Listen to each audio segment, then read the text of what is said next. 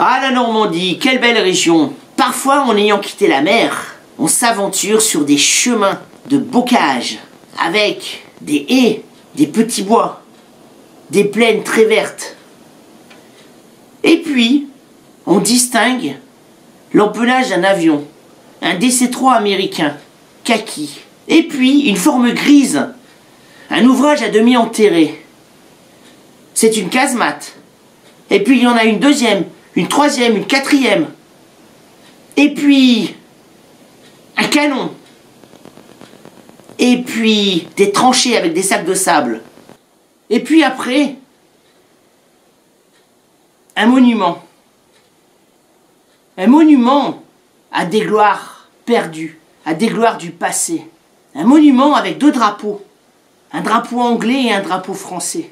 Et là, vous comprenez que sur cette terre, cette belle terre qui est aujourd'hui en paix, s'est déroulé un des drames de la Seconde Guerre mondiale. Je vous l'ai déjà dit et je vous le redirai. Sur cette terre de France, cette bonne terre, presque à chaque intersection, dans chaque bois, dans chaque plaine, dans chaque ancien village, à chaque carrefour de la ville de Paris, ou de Lyon, ou de Marseille, s'est joué des drames, sont morts des hommes, des héros dont nous ne devons pas laisser la mémoire enfouie sous les années et les siècles. C'est pour ça que je suis ici, pour vous parler de ces héros, connus ou moins connus, qui ont joué le destin de votre pays, la France. Et alors on comprend que ce paysage aussi serein a jadis connu l'enfer. L'enfer, une nuit du 5 au 6 juin 1944. Nous sommes ici sur la batterie de Merville.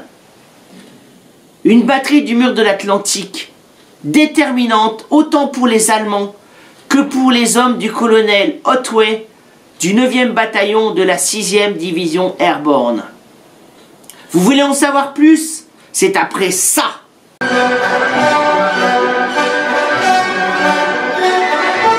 Salutations compagnons et compagnonnettes, je suis Baillant Taillefer, forgeron médiéviste et historien à 16 heures ou le contraire. Alors une vidéo encore un peu covidée, enfin je suis enfin à la fin de cette saloperie de maladie. Mais comme d'habitude, j'ai besoin de vous pour vous abonner, pour faire progresser la chaîne. Je compte sur vous. Je vous invite à visiter la batterie de Merville. Un lieu assez exceptionnel, à la fois par les ouvrages que vous allez y découvrir, que par le courage des Anglais qui se sont battus là pour notre liberté. Vous connaissez le mur de l'Atlantique, cette barrière soi-disant infranchissable de béton et d'acier qui a été construite par les troupes du Troisième Reich entre 1942 et 1944. Ce mur, il démarre en Norvège et se termine à la frontière espagnole. Si la plupart du temps, le mur de l'Atlantique ne consiste qu'en obstacles de plage, en tranchées, en nids de mitrailleurs éparses, en champs de mines, il est fréquent, tous les 4 ou 5 ou 10 km, de trouver, suivant les endroits, une batterie d'artillerie. Alors c'est quoi une batterie d'artillerie? Suivant la façon de faire des troupes allemandes durant la Seconde Guerre mondiale, nous allons y trouver plusieurs éléments indispensables. D'abord évidemment des casemates qui servent de protection à des canons. En l'occurrence ici ces casemates, on les appelle les H669. Alors H669, qu'est-ce que ça veut dire? Eh bien, pour ceux qui sont des fans comme moi de la bunker archéologie, c'est-à-dire l'étude des bunkers, je me réfère souvent à ce petit fascicule. Petit fascicule qui est une typologie de tous les bunkers que vous pourrez rencontrer sur les champs de bataille européens de la Seconde Guerre mondiale. Bunkers édifiés par les Allemands. Il y a toutes les références. C'est leur numéro de modèle. La H669, c'est ce que vous voyez ici. C'est une casemate pour un canon de 100 à 150 mm. Alors, par rapport au plan que je vous propose ici, il peut y avoir quelques différences. Par exemple, on peut rajouter des contreforts bétonnés pour éviter les éclats d'obus. On peut rajouter aussi, comme nous le voyons ici, un Tobruk, c'est-à-dire un abri pour une mitrailleuse auquel on accède par un escalier. Ici, les casemates H669 ont eu un camouflage en béton sous forme de lentilles. Vous remarquez aussi les nombreux points d'impact des éclats d'obus. Ces casemates contiennent des canons Skoda de 100 mm de la Première Guerre mondiale. Au début, il était prévu d'y mettre des canons de 150 mm, beaucoup plus efficaces. Néanmoins, pour couvrir le secteur de l'Orne, qui est dédié à cette batterie, la portée de 13 km de ces Skoda est largement suffisante. Ici, vous voyez donc l'arrière de la casemate avec la grande porte par laquelle on faisait rentrer ou sortir le canon Skoda. Et sur la droite, vous pouvez voir le Tobruk avec son escalier d'accès. Alors une batterie d'artillerie, c'est également un poste de commandement avec l'officier qui va donner les consignes par radio.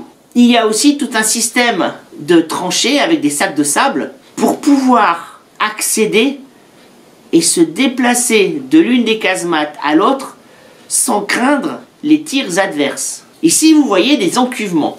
Alors, ces encuvements permettent au canon Skoda de tirer à 360 degrés au cas où il faudrait que ces canons aient une meilleure portée et puissent tirer tous azimuts. Sur les bords de l'encuvement, en béton, vous voyez ces petits box qui sont destinés à stocker des obus qui vont être tirés presque immédiatement. Et sur votre droite, il y a une tranchée qui permet d'accéder à une soute à munitions qui est légèrement excentrée par rapport à la casemate, par rapport à l'encuvement. Il n'y a pas de batterie d'artillerie sans casernement pour les hommes. Il faut en effet que les soldats puissent se reposer et se protéger en cas d'attaque. Les associations et les initiatives privées qui ont repris ces batteries qui étaient souvent à l'abandon ont toujours fait un travail exceptionnel et ont essayé de recréer des environnements des soldats tels qu'ils étaient au moment de la guerre.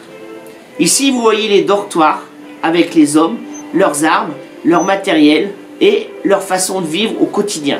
Et je trouve qu'ici, l'environnement du soldat allemand pendant la durée de la guerre est extrêmement bien rendu.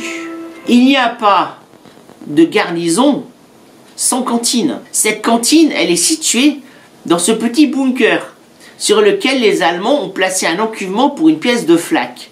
La flak, je le rappelle, c'est la Fliegerabwehrkanone, c'est-à-dire la défense contre avion, la DCA. Donc au-dessus de la cuisine, il y a un canon anti-aérien. Un peu partout sur la superficie de la batterie, on trouvera des lignes mitrailleuses à moitié enterrées. Sur le pourtour des 3 hectares que constitue la superficie de cette batterie, il y a 2 grands réseaux de barbelés qui sont quasiment infranchissables, tellement ils sont larges. Il y a également des fossés anti-chars et des champs de mines. Tout cela paraît effectivement infranchissable, mais nous verrons qu'il n'en est rien pour des hommes courageux et déterminés. En l'occurrence, ici, il y a une garnison d'environ 150 hommes. Alors, pour les passionnés de bunker archéologie, vous allez me dire, il manque un élément essentiel à cette batterie. En effet, cette batterie de Merville est dite aveugle. Elle ne possède pas l'élément indispensable, le PDT, le poste de direction de tir. Le poste de direction de tir, c'est ce bunker très particulier qui a été tiré à une quinzaine de modèles environ et qui permet aux artilleurs de voir leur cible. En effet, ce poste de direction de tir est toujours situé sur une éminence légèrement au-dessus des casemates et de là, il surveille l'océan. Il va déterminer la position du navire ou de l'objectif à toucher au niveau de sa portée et de son angle d'attaque. Or ici, il n'y en a pas. En effet, le poste de direction de tir est situé 3-4 km en avant de la batterie, quasiment sur la plage, au niveau de la commune de Franceville. Ici, chaque artilleur a des instructions pour tirer sur un secteur prédéterminé de la baie de l'Orne. En effet, la batterie de Merville est extrêmement importante pour les Allemands, car elle empêche tout débarquement au niveau de l'embouchure de l'Orne, qui constitue donc un cadenas pour l'arme blindée anglaise. Prendre l'Orne est indispensable. On en reparlera avec le fameux épisode de Pegasus Bridge. Il est donc absolument nécessaire pour les Anglais de prendre cette position, d'éradiquer le tir des artilleurs pour permettre aux camarades des parachutistes anglais de parvenir sains et saufs sur les plages et de prendre les objectifs sur l'Orne. C'est ce que nous verrons au prochain épisode. Encore un détail, la visite du maréchal Erwin Rommel, le 6 mars 1944. Alors Erwin Rommel, chacun le connaît. C'est le général de corps d'armée qui a dirigé l'Afrika Korps, c'est-à-dire les troupes allemandes qui ont été envoyées dans le Maghreb pour lutter contre les Anglais, la 8e armée du général Montgomery. Au final, l'Afrika Korps a été vaincu. La plupart de ces soldats ont été faits prisonniers dans le Maghreb et les quelques survivants ont rejoint l'Europe. Erwin Rommel s'est retrouvé en chômage technique. Hitler lui a donc donné l'ordre de devenir inspecteur des fortifications du mur de l'Atlantique. Et c'est ce qu'il a fait. Il a pris son rôle extrêmement au sérieux et il a visité quasiment toutes les batteries depuis le Danemark jusqu'à la frontière espagnole. Et donc nous avons ici quelques photos de sa visite le 6 mars 1944. Il faut noter que la batterie de Merville a été constituée à partir d'août 1942. Très vite, on s'est aperçu que laisser des canons en plein air, sans aucune protection contre les bombardements, n'était pas vraiment une bonne idée. Alors en 1943, 2 casemates H669 ont été construites. Mais cela n'allait pas assez vite. Et la visite en mars 1944 de Rommel a été déterminante. Mi-mai 1944, soit à peine 2 mois après, l'essentiel des ouvrages que vous avez sous les yeux était terminé, mettant à l'abri matériel et hommes. Alors, le drame allait pouvoir se nouer. En cette soirée du 5 juin 1944, alors que tout est paisible sur la côte normande, à partir de 23 h, les troupes aéroportées anglaises embarquent à bord des planeurs Orsa. Les DC-3 font mugir leurs moteurs. L'assaut, le D-Day, le jour J, le débarquement va avoir lieu. Avec, dans cette nuit du 5 au 6 juin, les assauts aéroportés sur toutes les zones anglaises et américaines. Les avions décollent dans le noir de la nuit et le destin va s'abattre autant sur les parachutistes anglais que sur les artilleurs allemands de la batterie de Merville. C'est ce que nous verrons dans le prochain épisode. Alors j'espère que cet épisode vous a plu. J'espère que cette nouvelle série sur la fortification vous plaira également. Je vous incite donc à vous abonner si ce n'est pas encore fait. Likez, partagez, parlez de moi. Vous savez que j'ai besoin de chacun d'entre vous pour faire progresser la chaîne. Je vous dis à bientôt, portez-vous bien. Et comme vous le savez, l'histoire, c'est toi qui l'as fait.